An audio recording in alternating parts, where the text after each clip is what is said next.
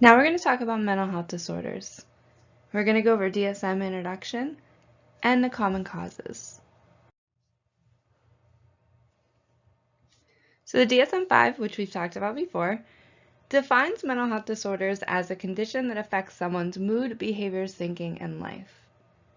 There are common mental health disorders that have been identified by the DSM-5 and NAMI, but they're not the only ones. They're just the ones that we're going to be going over today.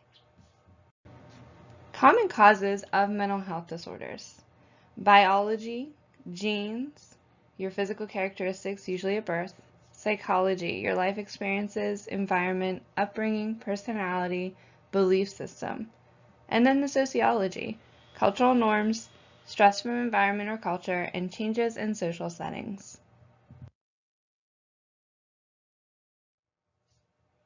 Now we're going to go over examples of the common causes. So some examples of biological, psychological, and social causes: childhood abuse or trauma, severe stress, especially stress for a long period of time, physical causes such as head trauma or disfigurement, poverty or debt, being isolated from your social settings, severe neglect, medications that do not work correctly, and significant changes in social settings or environment.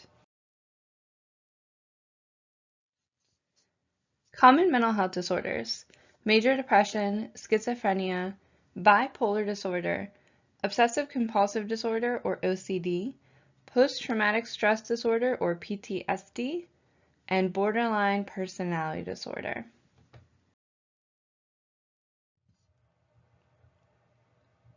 The first mental health disorder that we're going to go over today is depression. Depression is defined as a mood disorder. It causes severe and sometimes debilitating symptoms that affect how we think, feel, and do daily activities. It can affect our way of life, and usually doing small tasks is very difficult. Even going to get the mail can be too hard. Depression is often diagnosed after the symptoms have been present for more than 2 weeks. There are several different types of depression. The first one we're going to go over is persistent depressive disorder or major depressive disorder. It lasts more than 2 years. It's not commonly reported, and that's because people don't have the severe symptoms the whole 2 years, so they don't tell their physicians that. Postpartum depression is the next one we're going to go over, and that's during or after pregnancy. It's often called the baby blues, but it's actually more serious than that. Doctors have been doing more awareness and screenings for expectant mothers. Psychotic depression, this is a little bit more rare, but it is depression with delusions of beliefs and or hallucinations. Seasonal affective disorder is the last depression disorder we're going to go over. And that is because of the less natural sunlight, it can cause depression in certain individuals. It used to be called the winter blues, but it is more serious than that.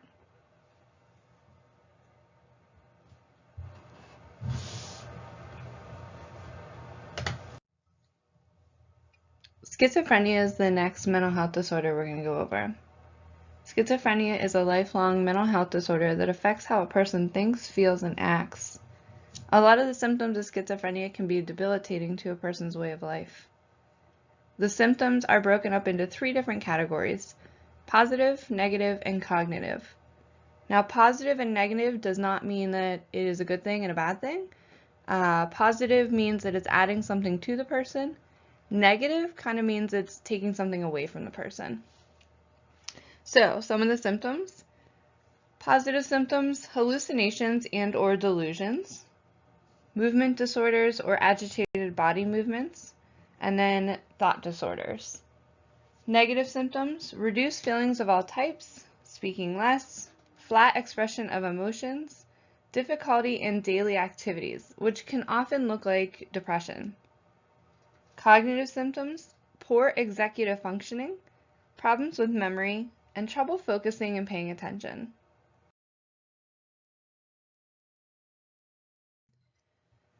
Bipolar disorder. Bipolar disorder is considered a mood disorder that is manic and depressive. Bipolar disorder looks differently in people and is not always the over-the-top version that is shown in medias or propaganda. There are 4 basic types of bipolar disorder, and they have differences, and that's what we're going to be going over. Bipolar 1, manic episodes last a long time, at least 7 days or more, and depressive episodes last 2 weeks or more. Now, they are most frequently hospitalized or injured during their manic time. Bipolar 2 disorder, it's the same as bipolar 1, but not as severe symptoms. They do have the manic and depressive symptoms, but they don't last as long as type 1. Psychosomatic, it has depressive episodes lasting over 2 years, but it has hypomania during these times that kind of spike in and out. Other specified and unspecified bipolar and related disorders. If your bipolar does not get captured in any of the above diagnoses, your doctor may put you in other specified and unspecified bipolar and related disorder.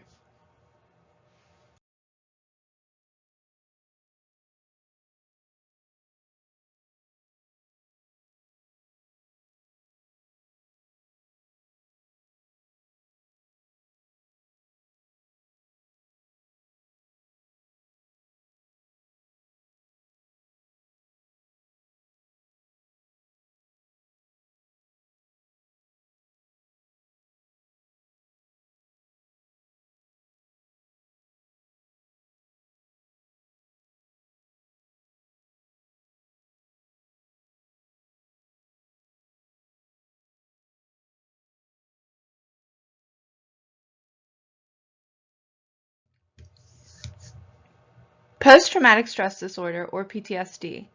It's a disorder that is developed after experiencing a trauma. After a trauma, almost everyone will experience some lingering effects. However, most people can move past it naturally. Those who do not move past it naturally are diagnosed with PTSD. To be diagnosed with PTSD, you must have all of the following for at least 1 month. 1 re-experiencing symptom, 1 avoidance symptom, 2 arousal and reactivity symptoms, and 2 cognition and mood symptoms. Here are some examples. A re-experiencing symptom could be flashbacks. An avoidance symptom could be avoiding common places or events. Arousal and reactivity symptom could be feeling tense or trouble sleeping. Cognition and mood symptom could be distorted feelings of guilt. Borderline personality disorder is a mental health illness that is lifelong, and often people struggle with controlling it. The disorder is characterized by having varying moods, behaviors, and self-image. Often the symptoms lead to impulsive actions and relationship issues. Individuals who have borderline personality disorder often view relationships in extremes. 1 minute that person is your friend, and the next they're your enemy. Some other symptoms could include patterns of intense relationship issues, distorted self-image. This could be either distorted self-image in a good way or a bad way. I had someone once tell me that she had borderline personality disorder, and her distorted self-image, one day she felt like she was God and that everyone should be bowing down to her and that she was the best, and then the next day she was trash and that no one should love her and she wasn't worthy of anyone else's approval, and that was what she had said about distorted self-image. They often have chronic emotional issues. They also display impulsive behaviors, and there are intense anger issues as well. They have a hard time controlling their anger.